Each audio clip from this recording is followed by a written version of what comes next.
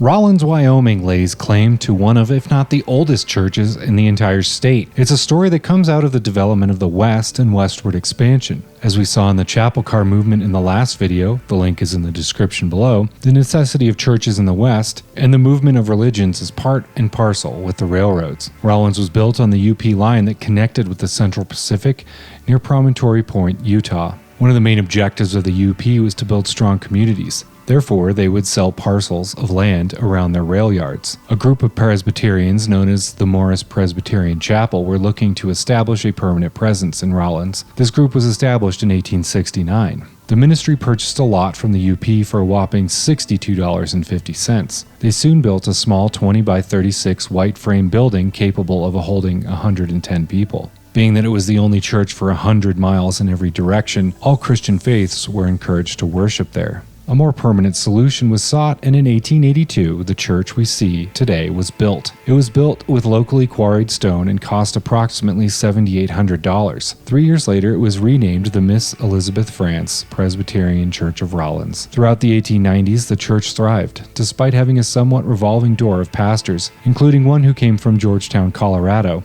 He stayed in Rawlins 1 week, refused his call, and returned to Georgetown. Over the years, the Old Stone Church in Rawlins served faithful Presbyterians of Carbon County. Church attendance went up and down, and eventually the Presbyterian and the Methodist Church were merged into a co-op that shares a building in the northwest corner of town. By the time of the merger, the Presbyterian Church was worshiping in a building that would later become the current Mennonite Church. However, the venerable stone church on 3rd and Cedar remained. In 1993, Victory Baptist took over one of the oldest buildings in the county and the state. It has remained a Baptist church ever since. It has all the hallmarks of a classic church building that you can think of. The stones mark a level of permanence that modern church architecture doesn't have. It will continue to last the generations and hold its venerable spot on the corner of 3rd and Cedar. If you want to learn more about the historic churches of Carbon County, watch our video on the Chapel Car Bible Church in the description. Like, comment, share, and subscribe, and we'll see you on the next video from the Carbon County Museum.